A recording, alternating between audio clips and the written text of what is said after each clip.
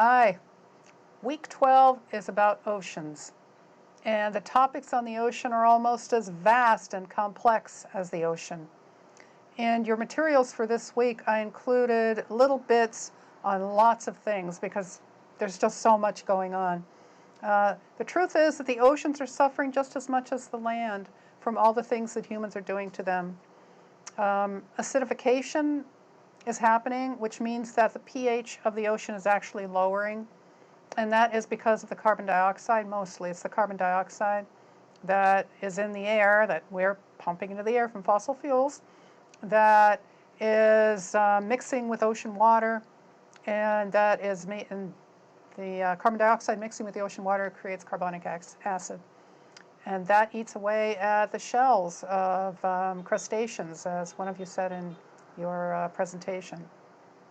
The ocean is getting increasingly acidified, and it's there's no sign of it ending anytime soon. That's a problem. Overfishing is a problem. I don't know if you've ever seen fishing boats, commercial fishing boats come in from the ocean, but the amount of fish that they are carrying is just completely unsustainable. It's shocking, and there are more than 6 billion of us on the planet. So many people like to eat fish. And these commercial trawlers, they go out, the means that they use to catch fish, the fish don't stand a chance, and they also get a lot of bycatch, as one of you said in your presentation, which means they may go after tuna, but they capture everything else too, and then the bycatch is just killed and tossed. And these trawlers are everywhere in the open ocean. It's like the Wild West. There are no laws. There are treaties that try to cut back on overfishing, but the truth is that it happens all the time. And there's something called illegal, unregulated, unreported fishing. And that means that these trawlers go out into the ocean, they shut off their beacons, they do their fishing, they transfer the fish to the mothership, and then off they go again. So there's no way of tracing them. Plastics, somebody else did a presentation on that. Plastics in the ocean are such an enormous problem. And there are areas where the garbage patches, there's a big one out in the Pacific, Great Pacific Garbage Patch. And the plastics gather there, and then through the action of the sun and the waves, they break down into microplastics. So in the larger forms, mammals eat them, birds eat them, but in the smaller forms, so do the other smaller organisms. So that and all the way up through the food chain, plastics are being ingested. There are a couple of whales and dolphins that have washed ashore dead. And you know why they died?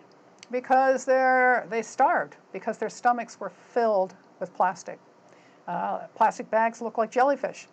So the creatures that eat jellyfish will eat those plastic bags thinking they're getting food, and they're not. They're getting hydrocarbons.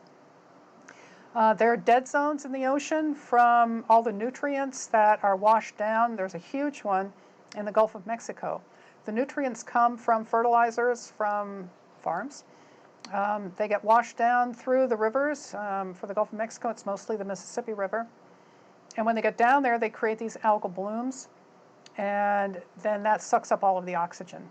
So they're called dead zones because there is no oxygen and nothing can live there. And there are more and more of them, and there's one that often appears in the Chesapeake Bay. If you learn to look for these articles in the news, you'll find them. They're dead zones. It's getting noisy out there in the ocean because of sonar and various things that we humans use with our machines. Propellers, engines make noise, and so the creatures that depend on sound for location, like whales and dolphins, are having more and more trouble navigating because their ears are confused with all of the artificial noise that we create. Another problem is the currents. I have something in this week's presentations about the ocean currents, and it's one big current that makes its way all around the globe. And that's what creates a lot of the weather that we have. Did you ever think about how far north England is? And Northern Europe and Western Europe? They're pretty far north. I lived in Glasgow. Glasgow, Scotland is on the same latitude as Anchorage, Alaska. And why is it so much warmer in Glasgow than it is in Anchorage? Because of the ocean currents, because of the Gulf Stream, we call it, that picks up warm air from the equator and brings it all the way up north. And as it gets cold, then the current sinks because colder water is heavier. And then it circulates back down under the ocean all the way back down to the equator, where it picks up warmth again and rises to the surface and back up it goes. So it's a conveyor belt. Those conveyor belts exist all over the world through the oceans, and they are slowing down because of global warming. So that's another problem from global warming. Biodiversity in the oceans is breaking down because of overfishing, because the corals are struggling to survive with the acidification, because their shells break down and can't form. And without the oceans, we wouldn't be able to eat. We need the oceans. We humans need the oceans. And there are areas that are called marine protected areas where biodiversity is protected to varying degrees. And some of them, in some of the MPAs, you can't take any fish at all. In some areas, you can only take a certain kind of fish. But MPAs are a way of protecting biodiversity in the oceans, but there aren't enough of them and they're not big enough. There are organizations that are trying to increase the size and frequency of MPAs. The U.S. has an MPA around the Hawaiian Islands, as I recall, and it's a pretty big one. But we need more protected areas so that the fish and other creatures that live in the ocean have a chance to escape from humans.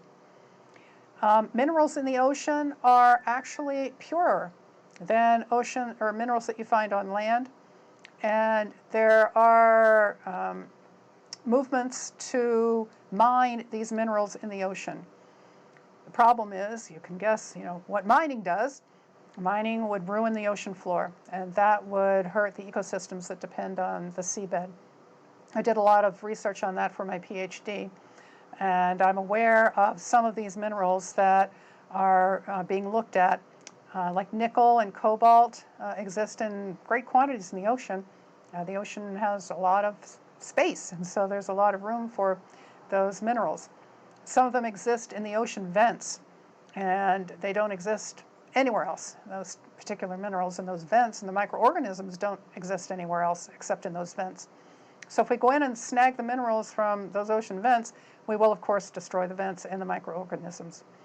So there are people who say, well, which do you want? Do you want to mine the earth, like the surface, the continents, the land, and ruin the land for the minerals that you want for your iPhone and your laptop and the battery in your electric car? Or would you rather damage the seabed where no one can see it, and who cares about those creatures anyway? I'm being a little bit flip, but not too much. So that's the battle right now. I heard a lecture from a guy who says he's an environmentalist, and he works for one of the ocean mining companies, and he said, look, I'm trying to protect the land. By advocating for the ocean mining, I'm actually protecting the land. So I can see how he justifies that to himself. But the truth is, what we need to do is to just cut back on everything. Cut back on consumption, cut back on eating fish, the fish farms in the ocean, what a horrible place for those poor fish to live. I mean, they're all jammed together, they get sick, and as we wipe out the predators, then the jellyfish take over in certain areas because there's no one left to eat them. And then they're invasive species as well, thanks to us, through human introduction. So my plea for you is to keep in mind what we're doing to the ocean. Do your part not to use many plastics, not to eat that much fish, and to raise awareness of what's going on in the ocean. Keep your laptop for as long as you can if you have one. That's all yours. Instead of getting a new one every year. I know it's fun to get the latest and greatest technology, but those minerals and batteries have to come from somewhere. And a lot of times now, it's the oceans that are suffering. So I'll leave you with that for now. Thank you for listening. As always, if you have any questions, let me know. And I'm on Zoom every Tuesday at 5 o'clock. Take care. Bye.